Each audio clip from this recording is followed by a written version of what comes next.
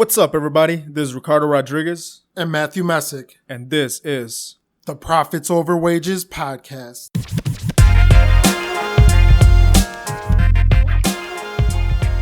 Welcome to episode 4 of the Profits Over Wages podcast. Our guest today is Kirby Atwell. Kirby is a West Point graduate and former U.S. Army officer. He's the former CEO of Eye Candy Homes, completing over 70 fix and flips over a 4-year period.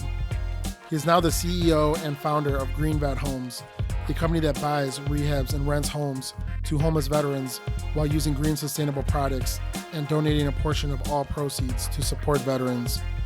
Lastly, Kirby was recently hired on as the COO of Bunker Labs, a national non-for-profit organization that aids veterans in starting and growing their own businesses. On today's episode, we talk about investing with a purpose and providing work and housing to veterans, being coachable and getting organized, and setting goals and aligning them with your purpose. Enjoy the show.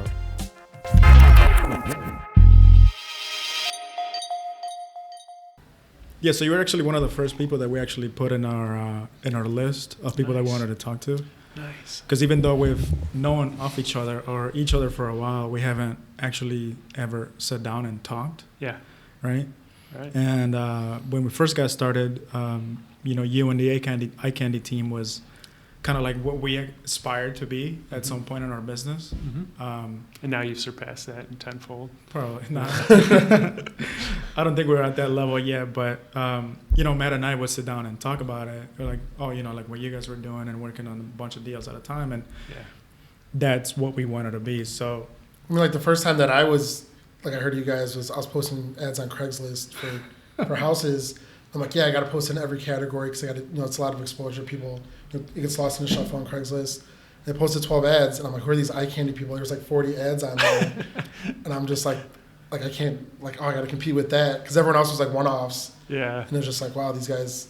Yeah, it was pretty funny because when we were trying to post ads, all we saw was like Eye Candy Homes, Eye Candy Homes, Eye Candy Homes. Like, fuck. We were putting a lot of money into marketing. That's it was sure. Probably a VA, not any of you guys. Yeah. Exactly. Yeah. So anyway, I kind of just wanted to sit down and kind of talk to you and see what you've been up to. I know that you're kind of doing your own thing now with Green Vet Homes, and you're also starting to get involved with Bunker Labs. Yeah. So I guess before we get started, just so people get an idea of like how you ended up where you're at now, like what was it that you did before real estate investing, or how is it that you ended up investing in real estate? Yeah, good question. So it has definitely been a evolution over the last several years. So in 2005, I graduated from West Point, and I was stationed down in El Paso, Texas. Beautiful country down there. That's where I first picked up my first real estate book, which is Rich Dad Poor Dad. Like 90% of everyone else who says that's how they got started in real estate. That's how I got started. Yeah, exactly. So I fell in love with the concepts and went out and bought my first rental across the street from where I was living. A few months later, I bought another one. This was while I was in the Army. So I was a Army officer down there. Luckily, I was in a very stable market because this was 2006. So I got 100% financing right out of college, which, I don't even recall if they asked for pay stubs or anything. I mean, it was ridiculous. Yeah. And then I got 90% on my second one, which is, So I bought those, and then I was stationed in Hawaii, bought another one there, and wanted to continue in real estate. I just fell in love with the idea of owning property. And then I got out in 2011 out of the Army and dove in full time with my partners from Eye Candy, John and Janelle. And we just started with a rehab. And at the time, our plan was pretty vague. It was just make money in real estate. We're going to flip some houses. And the market was at its lowest point at that time. So everyone's saying you're crazy for getting in. And looking back, everyone wishes it was 2011. I've always told Matt that we got into it like a year or two late. Yeah. And we started doing deals in 2012, 2013. Yeah, right? Yeah. That was still good. I mean, yeah. But our first deal, it was listed for $150 in Tinley Park, and we got it for $110. And they didn't. They countered. Then they called back like a half hour later and said, "Never mind, we don't counter. We'll take 110." Yeah, right. And that would not happen right on now the MLS. Yeah. So, those days are. How's before we get into it, how's the market in Hawaii like? In Hawaii, yeah. At the time, I was there in 07 to 09. So I just watched it go down. And every week I'd go out and look at properties and put in offers. But I knew the market was bad. So I was putting in offers that were crazy low. And I just, the few weeks before I got stationed in Japan, I was getting ready to leave, and I got an offer accepted. And it was on a foreclosure condo with a view of the ocean, 2-bedroom, that was listed for $275, and they accepted a $225 offer. So it was by far the cheapest in that building, and so I was just super lucky. Do you still own it? I just sold it Nice. about 2 months ago. Yeah, so kind of rode the wave up, and so yeah, I mean, timing's everything though. So it just sold for $350. So, But now that I'm thinking about it, how did you foresee that it was a good time to buy? Because everybody at the time, right, is thinking like, fuck, like, why are you getting into real estate? Like, why are you doing this? Yeah. What gave you that confidence that you were actually getting into it at a good time is, I guess, what I'm trying to get to. Like, how did you know that the timing was great? Yeah, I mean, like, ignorance, like, because I bought in 06 also, but I just was lucky enough to be in El Paso at the time. If I had been in Hawaii in 06, that's a very flat market. Yeah, exactly. At El Paso. Yeah, so it doesn't go up or down really in El Paso, but Hawaii, if I would have bought in 06, I would have lost, just as much as I made from buying in 2009. So you never know, but yeah, I mean, I just figured over the long run, I'm still buying now, and the market's gone up a lot. So, but a little different strategy now. But yeah, over the long run, I think if you just, your dollar cost averaging. So. Gotcha. Yeah. So when you came back, once you stopped, being in the Army and all that, you started working with John and Janelle, and that was in 2011 or 2011, 2012 is when we started it kind of was an evolving idea. We just informally started working together in 11. Then 2012 we formed IQ. Because you guys knew each other for a while, right? Yeah, I grew up with John. You guys grew up together and all that. So I remember you telling me about that. Yeah. So he's a great guy. Totally opposite of me. I mean, we couldn't be more opposite in personality, and but just a great, dependable, just a great guy. That's usually how it works best, though. Yeah. Because you complement each other. Like things that you don't have, he might have. Exactly. So it's like me and the way Matt and I work. He loves spreadsheets. He loves numbers and all that. And because of former accountant, and I'm like, I don't want anything to do with that. Yeah. So you do all the work. He's all in the field managing all the projects. He also doesn't speak Spanish, and a lot of our contractors don't speak English. So that's it helps. Pretty good. Nice. So I guess after that, you guys obviously went your separate ways, and because you said you wanted to work on more of like a personal thing with starting Green Vet Homes. Right. So we worked together for about 4.5 years, and we did about 75 deals total with iCandy. Most of them were flips. Nice. And we were doing a lot of volume at the same time, but just had different goals. I think John and Janelle that were a little more focused on growth, wanting to continue to grow into new markets, and it just wasn't as big of an interest for me. So we had different ideas of where we wanted to end up, and so you make decisions based on what your end goal is. Right. And so if you have two partners who have two different visions of where they want to end up, you're going to want to make different decisions. So every time you're making a decision, we're coming together and spending so much time trying to decide what decision we want to make, because we're working in kind of two different directions. It's like when you start a business, right? I notice it's totally different, but sometimes you have all the skills to start a business, but then when it comes to like the next stage, which is growing it, it's different. But you know what I'm saying? It's like when you have different goals, might as well go your own separate ways. Yeah. Or else there's going to be a lot of friction, like you said. Let me think, like every year or two, based on how you've done the previous year and like looking towards the future, you always make an adjustment for the next year. And you're like, what do we want to do this year? And if it's not something that you both want to do, or someone's not willing to compromise, then at some point you got to go separate. Right. And we're still great friends. I mean, so they kind of basically bought out my equity position in the company. So they still run iCandy Homes. They're pretty active down in Florida now too. So I've got Chicago and Florida. And I started Green Vet Homes at the time. So my vision was I knew I wanted to work with veterans. I had found out about this VASH program with the VA, where they provide, it's similar to like a Section 8 program, but it's a voucher for veterans, and they also have a caseworker who helps them through why they became homeless. So it's for homeless vets. And so I wanted to buy and rehab houses for these veterans because I'm a vet myself, and so we had the rapport, and it just was a cause I was interested in, and the numbers are great. I mean, the cash flow is great because most of my tenants come to me and say, I've applied to multiple houses, and everyone here is homeless vet, and they think, no way, and on paper, they do not qualify for standard rental criteria, but you take a little bit bigger risk, and the reward can be a little bit higher too. So is that the strategy to get them in the house as a renter, and then after they paid rent for a couple of years, they can buy the house from you? Or that is, yeah. So that's my ultimate goal. I mean, would be to sell them the house. Right now, it's still, I'm about a year and a half into it, and that hasn't become the reality yet for anyone, any of my tenants. But yeah, I mean, once they get back on their feet, I've seen some super positive things happen in some of their lives. Some of their lives turn around quite a bit. So ultimately, I'd love to see that. How does the program help them? What are the details, I guess? Yeah, is what I'm trying to get to. Basically, the qualification is you're a homeless vet, so you can't have a house. So most of them come from either a homeless shelter, they're living on the street, or they're living with a friend in a basement or something like that. And so they apply through the VA. They're given a caseworker who helps them through whatever caused the homelessness, whether it was a problem with addiction, a PTSD issue, just they lost their job and their source of income, so they lost their house. It can be a multitude of reasons.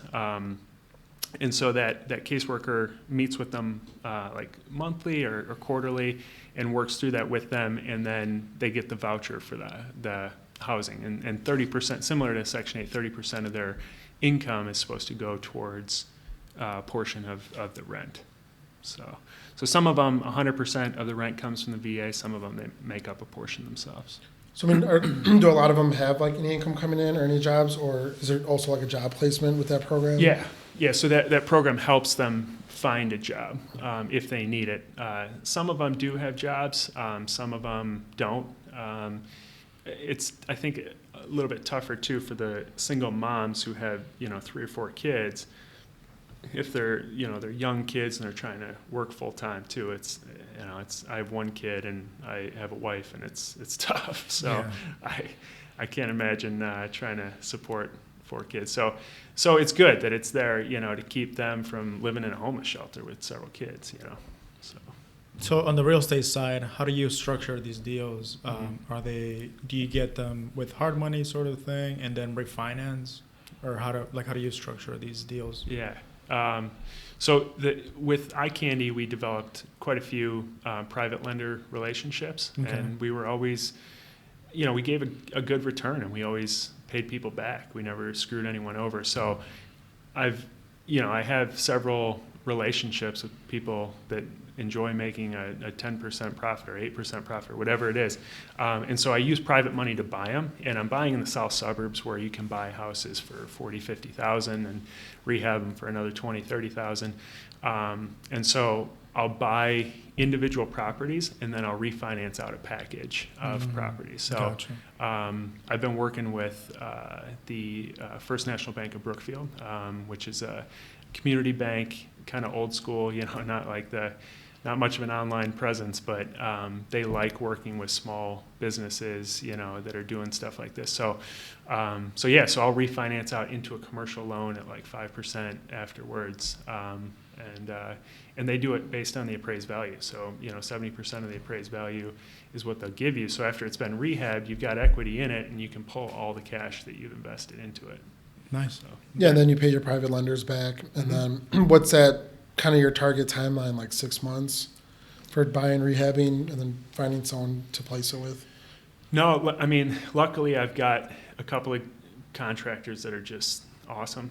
They just work 24/7, and they're smaller projects too. So I'm not buying huge projects in the city. These are built in the 60s. They're 1,200 square foot ranches on a slab, no basement. They're also rentals, so you're not going super high end on the finishes. Right. So it's like $30,000 rehabs to do all the surface level stuff, and we can usually get them turned around in like 3-4 weeks.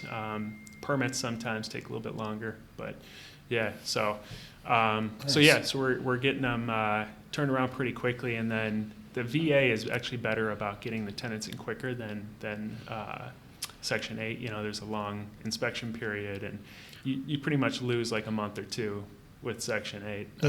But the VA is quicker. So what's that where it's like, we got all our the rehabs done, I found somebody who wants to live here, like how quick is that turnaround time with them? It's pretty much immediate, because they know that the tenants are homeless, so they do what's called a pre-inspection, where they'll show up and do their walk. The VA personnel does their walkthrough, make sure it's safe and everything. They get moved in that day, and then the housing authority sends out the McCrite, the housing authority inspectors, like a month later, and they actually do their full inspection. But you get paid from the date they move in, so it expedites the whole process. Nice. Yeah. That makes it sounds like they make it really easy for you. Yeah. And it's a two-way street too. Like, they tend to direct veterans my way, because I have fully rehab properties that are like much nicer. Like, there's a lot of landlords out there that just see this as an easy money-making scheme, and like they do the absolute bare minimum, and they know that these guys don't have a whole lot of options, so they provide pretty crappy houses. So I tend to get tenants a lot easier from the VA. So it works out. When it comes time to refinance, those First National require you to have them there for a year, 6 months, or no seasoning at all? No, they haven't required any seasoning. So because we've tried to refinance a couple of properties, and they've said, oh, you have to have a paying in tenant for at least a year or 6 months. Yeah, and that's bank by bank. I mean, because it's a commercial loan, so it's not like a Fannie or Freddie regulated. Gotcha. So, for them, they didn't. I mean, they ask for your financials and stuff, and so they want to make sure that you're not like flying by the seat of your pants. But if they feel good about you, it's more of a relationship. And now, so I've done it once with a package of deals, and they actually told me, you can just let us know when you're buying them now, and you can kind of cut out the private money. There's good and bad to that, because if you buy it with private money, you rehab it, it's going to appraise much higher than if you're buying a crappy house and getting it financed right from the start. They'll give you 70% of the value. So there's advantages to just getting it rehabbed and then refinancing it. But do you buy with that loan up front and then also refi afterwards, or is it just kind of? I think they would. Yeah, I mean, I'm fairly certain they would. They charge a point for when you refinance, so there's closing costs and a point. So, that's the only downside. Yeah. So, yeah. It's kind of interesting business model. Yeah. And it sounds like you're super passionate about it. Yeah, and that's what kind of keeps you going when it's because it's a long-term business model. Right. When I started it, it was last May or June. And my goal was, I kind of spreadsheeted out everything. You're a spreadsheet guy, so I spreadsheeted out everything, and I figured out, what's the cash flow on each one, and I figured out, like, if I did this one a month for the next 2 years, I could accumulate 24 properties, and with that, the amount of cash flow that's coming off of each one, like, I never have to do anything the rest of my life other than manage those 24, and it would pay all my bills, and so that's kind of like getting out of the rat race. Obviously, I do want to do other stuff, but that's like my initial goal. So I've got 14 of them now since I started, and I just plan to continue to buy 24. That's kind of going back to the whole Rich Dad Poor Dad, right? Yeah. My mom handed me that book when I was like 15, 16 years old. Yeah. And it's just it's a huge mind shift, right? Exactly. And we also host, Cashflow games once a month. Mm-hmm. And it's always interesting watching people like in their head, because even though it's something that it's kind of obvious, like when they're playing the game, they're like, oh, I could do this. And if I do this, if I pay off this credit card, I'm going to escape the rat race. Or if I get one more rental property, just watching people's mind kind of work differently than when they first got to like one of our meetups or, one of the games. It's really interesting to watch them make that shift in their head to where it's like, oh, I really only need to maybe accumulate 5 to 10 houses. Yeah. And then I can pretty much not have to work. Right. So it's kind of seemed to have that aha moment because, just the last one we had, pretty much everybody was new and I was kind of, coaching the table. But like a lot of times, if you don't know, you don't know what you don't know. Mm-hmm. And everyone investing strategy reflects how they are in real life. And a lot of times people would just hoard cash the whole game, not buy anything. Yeah. And it's like, the objective of the game is get your passive income to surpass your monthly expenses. Yeah. It's like if you just have cash, you're not having any passive income come in. You got to buy assets and investments to throw off that cash flow to cover your expenses. But it's like great seeing that evolution of people in people's minds, like as Ricardo was saying, that it's kind of cool to see that mind shift where it's the more people that do that, the more people. Yeah.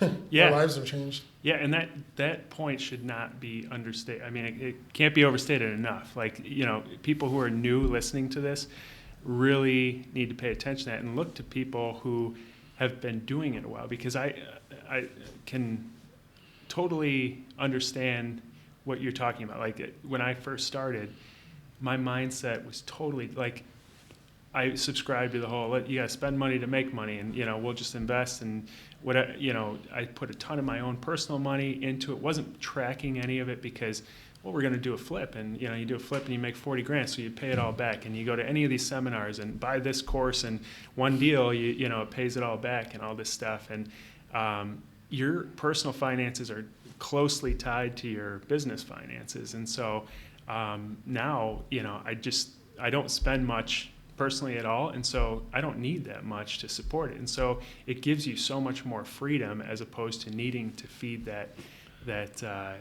never-ending business, that need for cash all the time. So not only that, but like even when we first got started, right? Like you said, my mindset was like, oh fuck, I want to make all this money. Yeah. Like I want to make hundreds of thousands. Yeah, right? Exactly. Like that's when we first got started. Like that's where my mind was. Now it's more, if I can make 10 grand a month, I'm okay. Yeah, like exactly. I don't need pay that. Your bills and you're free. And right, and it sounds so simple to say, but it's such a huge mind shift because I guess once you liberate yourself from having such lofty goals, what you want to achieve actually becomes more real. Like you could actually make it happen in maybe 2-3 years or 5 years. If you do it part time.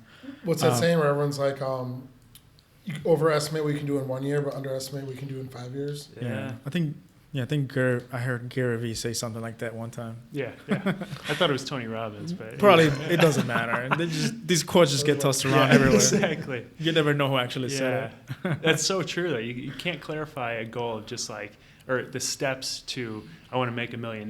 Like, okay, like let's step back and really, what do you need to make first? And let's not only that, but it just puts a lot of pressure on you where you actually end up not doing anything because you're so scared because your goals are so damn big where you actually didn't even set an actual goal that you might be able to reach. Right. Exactly. Or something more, I don't know. It's kind of an interesting thought because people also say it's, if your goals don't scare you, then, you should have goals that scare you, but it's also having that balance where it shouldn't be so lofty that it kind of puts you down or it makes you procrastinate and not actually chase them. Yeah. Right. And those little deals too, like it's incredible how quickly, you say, well, I want to make 10 grand a month, and how quickly that can turn into $1 million. So just paying attention to the details, all of a sudden those details turn into you're doing pretty good, after in a short amount of time. So it's incredible how quickly that happens. Right. And then I guess kind of shifting a little bit, now you're working or going to start working with Bunker Labs. Yeah. If you could kind of give people a background of what Bunker Labs is and why you're getting involved or how you got involved with them. Yeah. We're recording this at 1871, which is a huge startup incubator in Chicago. And Bunker Labs has space here at 1871. And started like 4 years ago, and Bunker Labs is a nonprofit that helps vets start businesses. And I found out about it when I was at iCandy, started coming to the meetings that they had, and they would bring in just tons of different business resources for people who are starting their own businesses, venture capitalists, attorneys, subject matter experts, super successful CEOs that you would probably never get in the same room with otherwise, who are coming in, and it's a nonprofit, so they want to give back. So it was a tremendous help for my business, and I've stayed connected with them over the years and volunteered for some stuff. And then recently, the CEO, Todd Connor, reached out to me and said, do you want to come on as the COO? He's like, you've been a part of the program, you've got the background, and he thought that I would be a good fit. So I thought about it for a while, because I was working at home before and had flexibility, and it was very nice. Live on the entrepreneur lifestyle. But it's a mission I'm super passionate about. It aligns with my business, and I'm still running my real estate business at the same time. I can do that. I'm a practitioner and helping others do it. So I took the role. So congrats, man. Thanks. Yeah, Thanks. That's awesome. So yeah, I know this is profit over wages, but I am getting wages too, which is nice. But I still think, ultimately I'm an entrepreneur at heart. But there's always that question: should I jump in full time or should I keep my current job? And if you can find a job that you're passionate about, and it's almost like you're double dipping. That's what I was gonna say. I mean, your business has helped you become essentially free from having to have a job. Now you could actually do something that you're super passionate about, and that actually, even like you said, it's right in line with what your mission now is, which is working with veterans. Exactly. And giving back, and it's definitely gives you a lot more meaning, and it makes it a lot more enjoyable than going to a job that you hate every second of it, right? Yeah, instead of having to have a job that you have to pay the bills, you get to choose what you want to do. Which is awesome. I mean, that's ultimate freedom. Yeah, and I don't live in fear too that if I lose my job, I'm going to be out on the street. Like, I make just as much in my business or more on a monthly basis than I do, coming to work, but I can do both, So it's fun.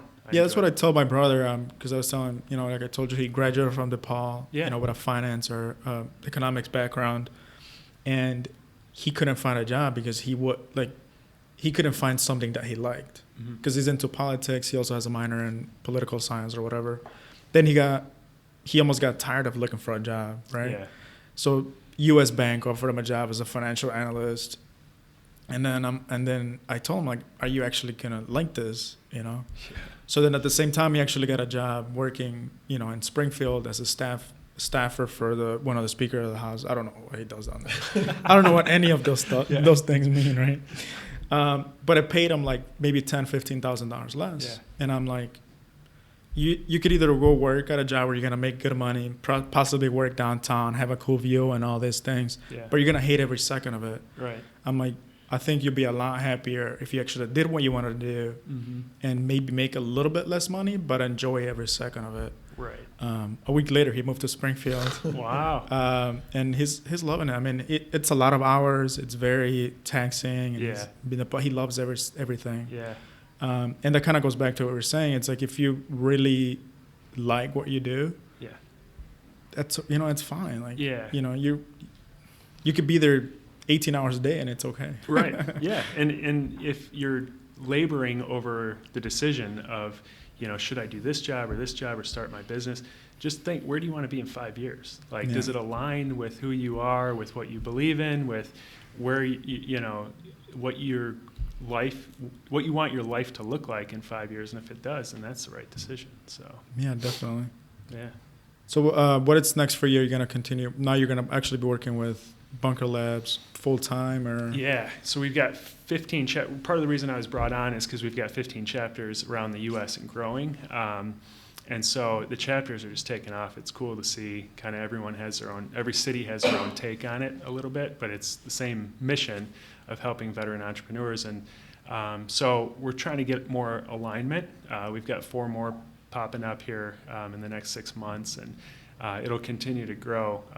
So it's just cool to be a part of. And so my role as COO is kind of to organize that whole process and get all the chapters on the same page. So, Like all over the country or in Chicago? Yeah, all over the country. So we've got, from, big cities like LA, we've got a chapter in New York, to Minneapolis and Columbus, Ohio, so right now there's 15 of them, and we've got to. Did it start here?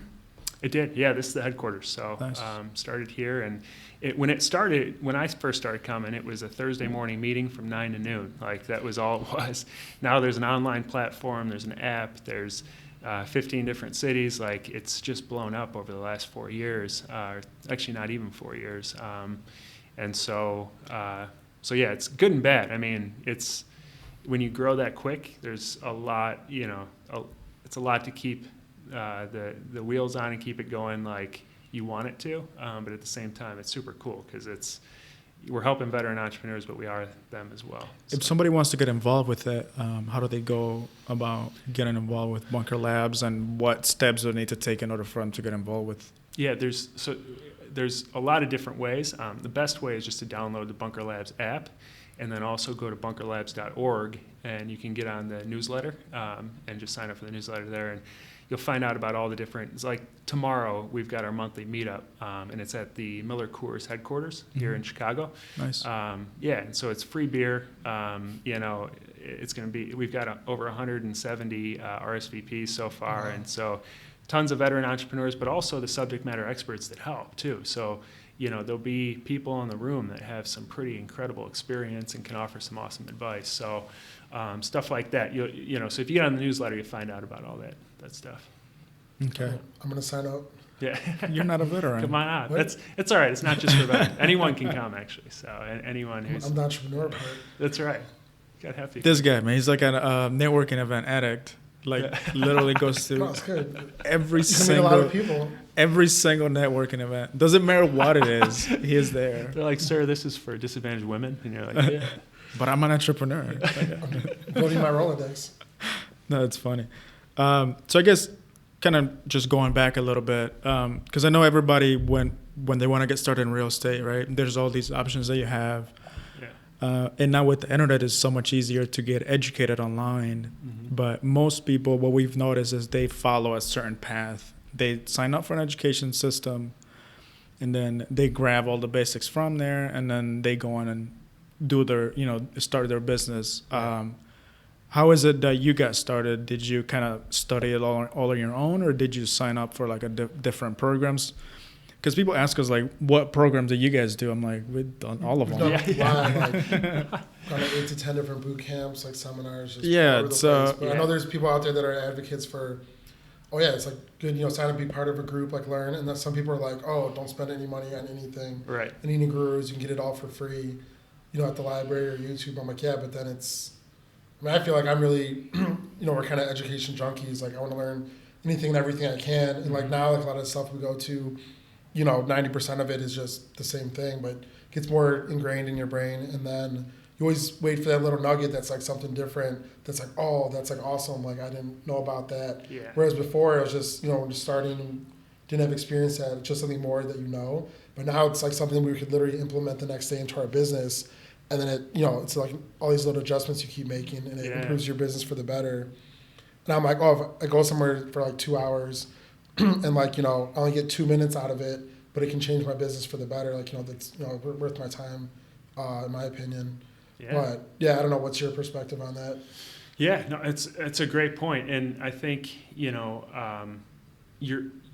not always you're in a totally different mindset, maybe the second time around, or when you hear something different, So I've been to the same rehabbing boot camp, with Fortune Builders, like, I think 4 different times, because I'm part of their training program, and I signed up for that back in 2011 or 2012. So over the years, I've gone back, and it's like they're saying something different, even though they're saying the same thing, but my business is in a different point. My mindset is in a different point. So I'm hearing different ideas from the same talk because I have a totally different perspective. So I agree. I'm an advocate for finding free resources as well, but it's very easy to say that after you've already gotten the paid resources, like looking back. But now I try to seek out, as much of the free stuff as possible, because there is so much. Like, this is awesome. I mean, I listen to some of your other episodes, with Camille and George, and great content, and it's all free. So there's stuff like this out there, and then there's the paid stuff. And so the only thing different that the paid stuff does is organize it in a better manner that's easy to digest. So you got to just basically price that out. What's that organization mean to you? What's it worth to you? And what's your ultimate goal? Right. So if your ultimate goal is to do 1 or 2 of these a year, is it worth paying $60,000 for an education? Like, you got to price that out. Or if you're all in and you're going to be doing multiple projects every month, maybe it is worth it. It's start with your goal. Yeah, it definitely depends on what you want to do, like you said, and what your goals are. For us, I mean, we've always been 100% into it from the beginning. Yeah.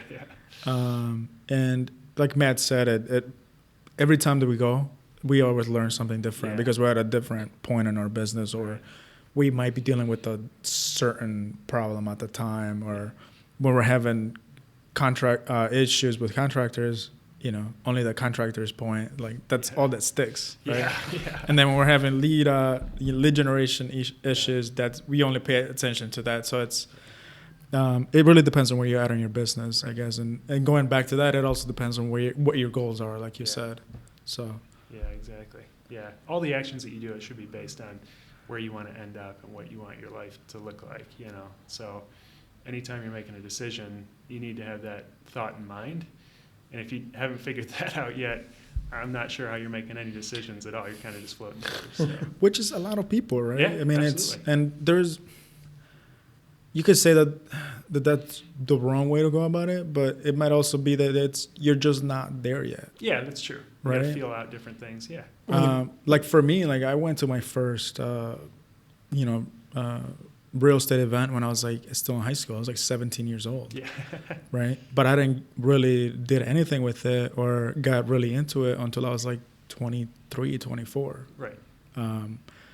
I just wasn't ready. And maybe I might have screwed myself, being 18 years old and making a ton of money. I mean, what do you, right? Would have gone bad. But I also think it's not so bad not being ready for something, because maybe you're just not there mentally, right?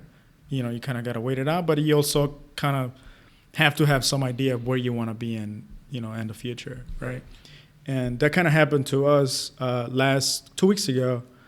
We went to a business consultant, right? Because we're at a point in our business where it's going well, but we also want it to be better, right? And then it was kind of interesting talking to the guy for 2.5 hours and him interviewing us and drilling us on everything about our business, which we don't usually share except between us, right? Because, we're partners. And it was really cool to kind of have a third-party view on our business, and him asking us, where is it that you actually want to be, right? And our end goal now is doing multifamily buildings, right? That's what we've always wanted to do. That's what that's kind of where we want to be in 10 years, right? Doing this 50, 100, 200 unit apartment buildings. Nice. Yeah, we weren't taking any steps to doing that, right? So we're yeah, we did something about a year and a half ago. We're this is awesome, and we're all about it for 6 months, and then we kind of just put it on the back burner, totally forgot about it. Because we're 5, 6 deals, going on at the same time, and it's yeah. And the guy was kind of it was kind of funny because we went through this entire 2 hours and 20 minutes about our flipping business and where we want to take it. And then he's like, okay, well, let's wrap up with the last 10 minutes. Where do you guys want to be in 5 years? And let's put out some steps to get there. And we're well, we want to own all these apartment complexes. And he's you just talked the last 2 hours of nothing about it's totally different. And he was just kind of left field, and he's what the hell? Yeah. Because, kind of when you're in your business, you could get so into it that you don't really think about anything else that's going on. Yeah. And then you don't really, when you get so into your life, just getting up, going to work, coming back, doing a few chores, maybe go to a gym or whatever, then you go to sleep. Then the next day you do the same thing over and over again. So you get stuck in that rat race, if you want to call it. And that's kind of I feel like we had gotten stuck, right? And then it was funny because now we're actually making the shift and kind of making that pivot into doing smaller deals and then kind of focusing a lot more into like the bigger deals. Cool. So it was interesting. Jim, it's almost like the E-Myth where it's like, you got to focus on your business at the same time that you're working in your business the whole time. Yeah. And if you focus too much on one and not the other, it's going to fail. Yeah. To kind of do everything at the same, because when you own your own business, you wear all the hats, and there's no one else out there you don't have a boss. You got to take, focusing it all on your own and make sure nothing's falling through the cracks. And that's something like, as you go through business, you get better and better at in making sure there's like safeguards so that doesn't happen. But when you're first starting, you have no idea and everything's everywhere. Yeah. And then you take a look back and you're like, okay, well, how can I improve this for the next 6 months from the past 6 months when these are the mistakes that happen? Yeah. And we've got to fix that going forward. Yeah. What I found is the more conscious you are about the decisions you're making, the higher your income goes up. Like the more you can strategically make those decisions, like the better the results are going to be, as opposed to, even like you said, like you may not know in the beginning, like what you want to do. So, but you're conscious about the decision of, I'm going to try this out for the next 6 months. I'm going to do all these different things to get as much information as possible so that in 6 months I can start making more actionable decisions and start on my first deal or whatever it is. So, it's a great point. And it's okay to be and not getting frustrated about that it's going to take you 3 years, right? Exactly. I feel like everybody or most people want everything like right now. Yeah. It's like, if you've been working on your business for 6 months and you're not rich yet, like it's okay. Like, it's probably going to be another 3 years. Like, I just watched this video where it was like the first 2 years of your business is like survival mode. It had like, there's like no income like expectation. Just like you can pass the first 2 years, then you can start focusing on, okay, I'm like, because otherwise, a lot of people are tire kickers, or it's like so hard. If they're not passionate about it, they're going to give up and walk away. I mean, we're in a startup incubator right now, and essentially, the first 2 to 3 years are like you're in startup mode until you get past that. And that's why a lot of times too, a lot of banks or like financial institutions won't lend money until you've been in business for like 2 or 3 years. Yeah. Because so many people give up and don't see it through. But and now we're past that, and we have so much like perspective to kind of look back on. Yes. Where I was like, wow, that was like crazy. But like now we're, you have your head above water and you kind of know what you're doing. Now it's just about making adjustments and getting better.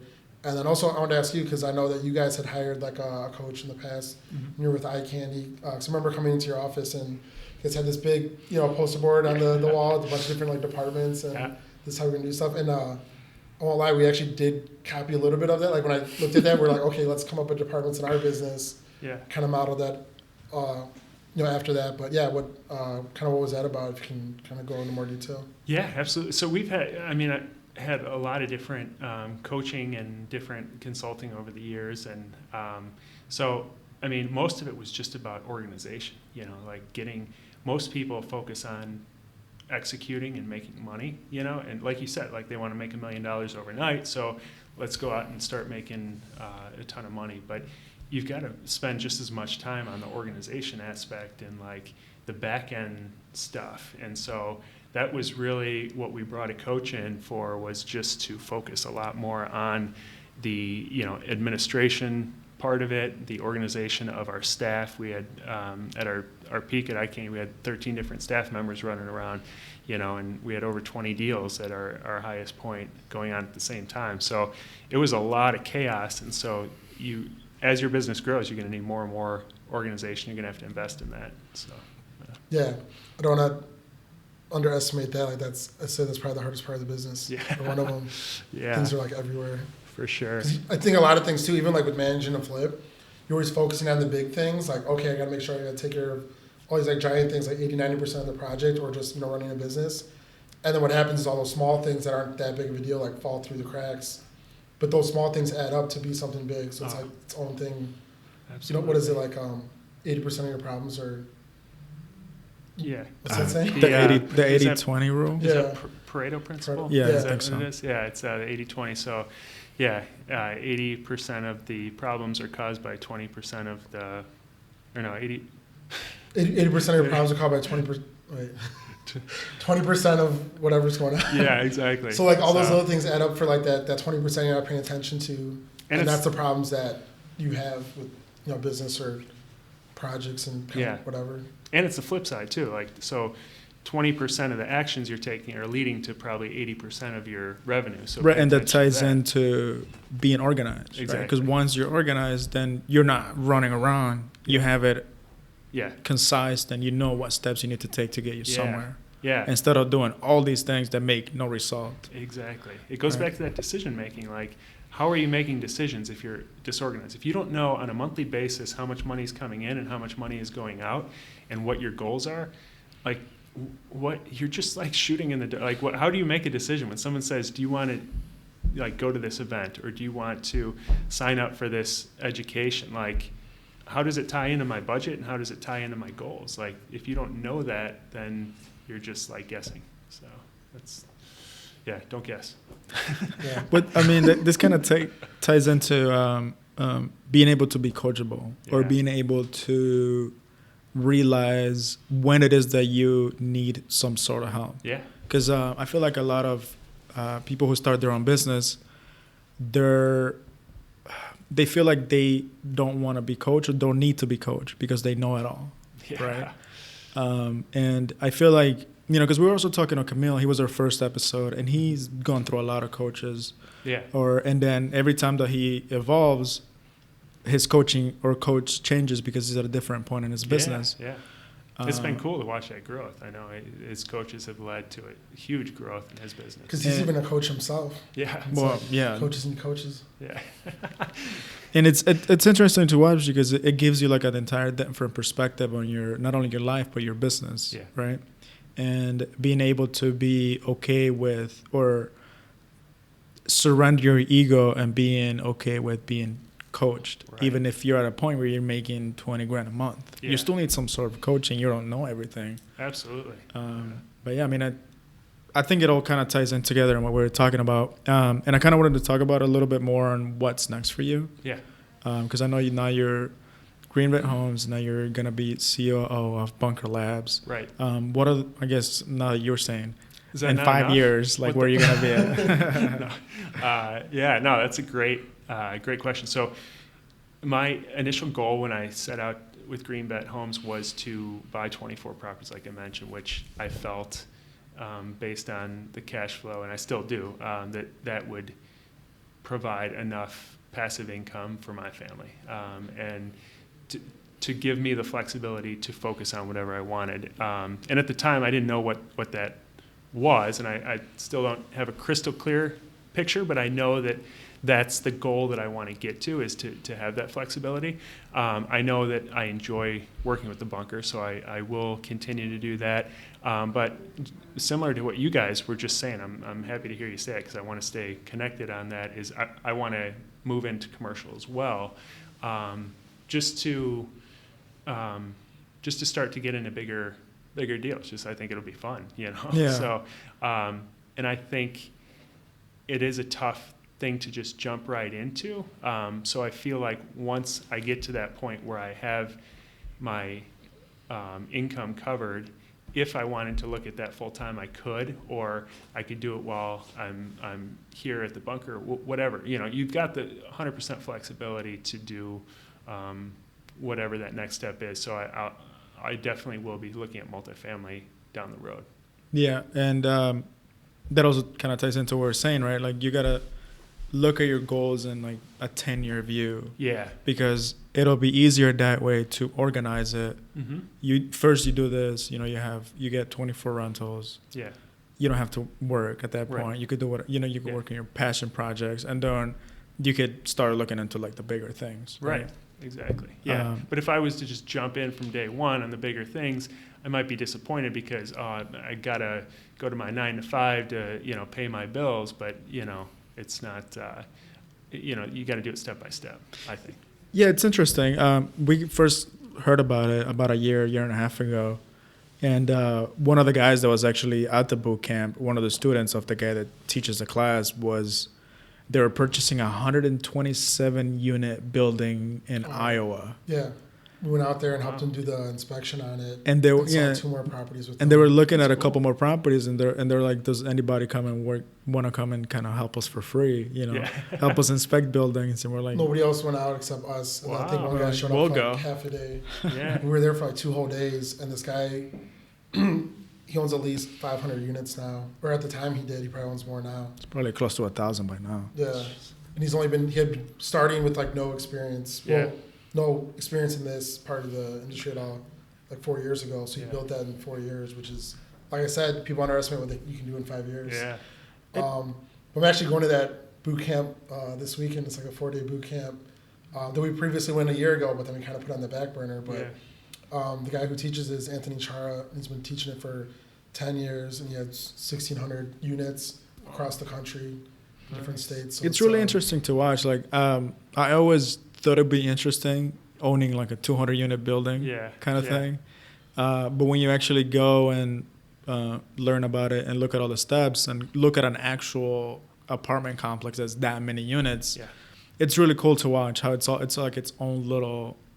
Well, what they actually said was what's crazy is they don't even go look at the property until there's an offer, and they kind of agree on a bunch of stuff. Like they look at each property as its own business. Yeah. So you do like a lot of like financial review before even like looking at the property or anything. Because if it's not performing, then it's kind of like the last step, which a lot of people think would be the opposite. Well, let me go there, let me check it out, let me like meet the tenants, let me see how it is, like where it's at. Yeah. But you do even on like that particular market, what's the population growth? Are there jobs going in? Are they leaving? There's like so much other stuff that you focus on before looking at the property, and it's a big process, but like this program is really cool because it breaks it down to 7 steps, and each one of those steps is obviously its own process, but something we're going to really start focusing on now over the next 6 months, because it even takes like 4 months to even kind of get to like having a closing set up for something, even if you find like a great deal. But it's really interesting. From my experience too, in the past, probably about like 5 years ago, I actually worked at a property management company for about 4 months, where like I was basically the only person working there, maybe like another guy can help with the marketing, but like that was what I was really passionate about in real estate, kind of off the get-go. Yeah. Because that's when I was like, I read Rich Dad Poor Dad. I'm like, I'm going to do real estate now. Like, where do I start? I'm like, well, I'm about to make $1 million on flips. But I'm like, property management. I was having a tough time finding a job at the time because it was like, in 2009, so right when the crash happened, and then I went on all these like 50 interviews and couldn't get anything. And so then I was like, then I read, Rich Dad Poor Dad, and I was like, let me get something in the real estate industry. Yeah. So I got this job at this property management company, and I really enjoyed that.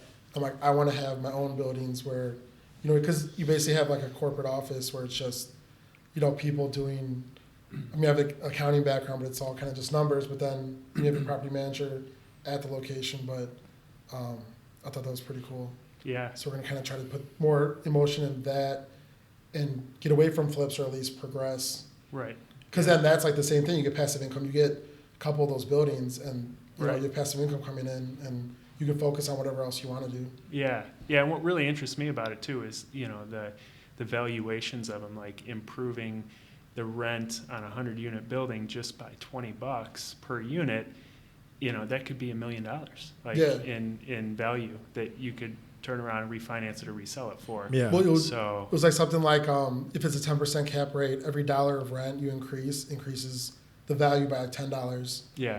Yeah. And then so you can just by like metering all the water, and then every dollar you decrease in expense or increase of income, just by changing like one thing that's like not that hard. Like, I saved $4,000. Now the building's all of a sudden worth $40,000 more.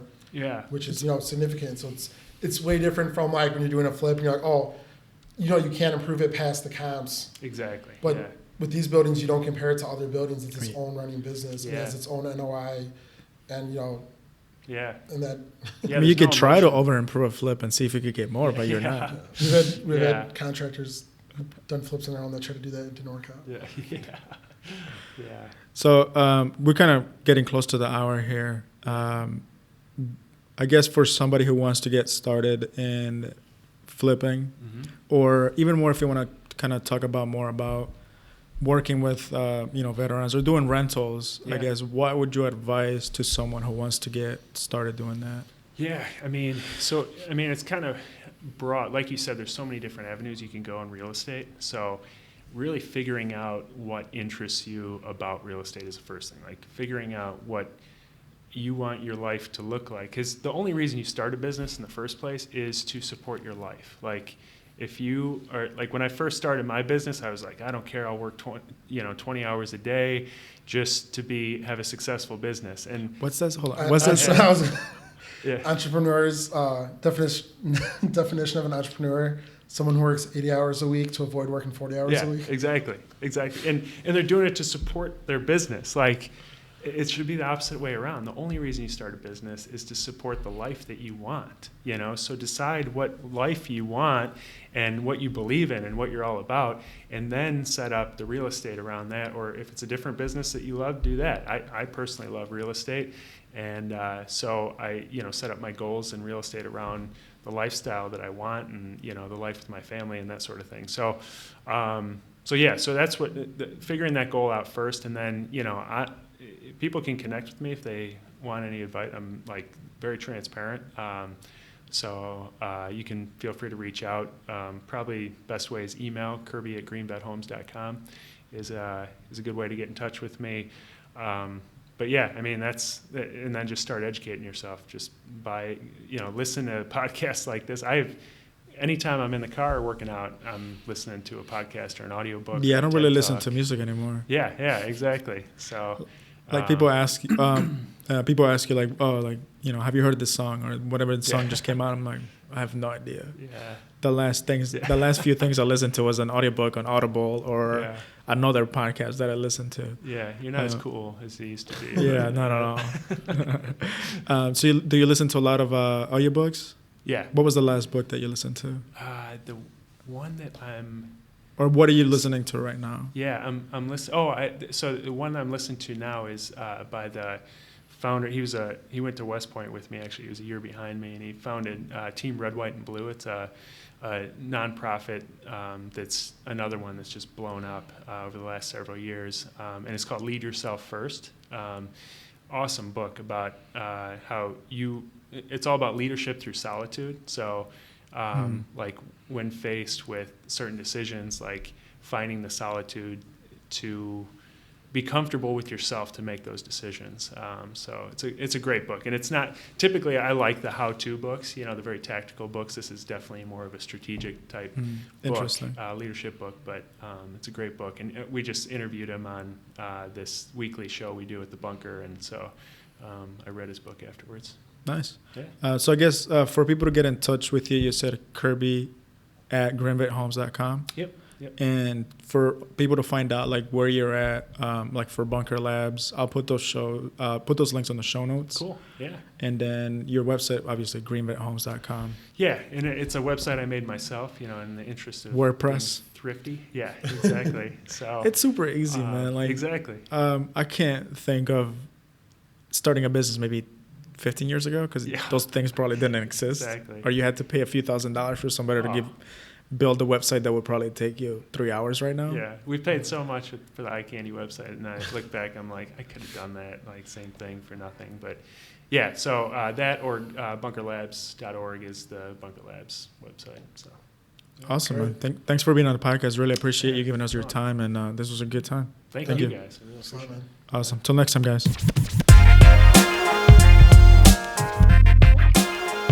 Hey guys, this is Ricardo again. Just a few more things before you head off. First, thank you for listening. Hope you enjoyed the podcast.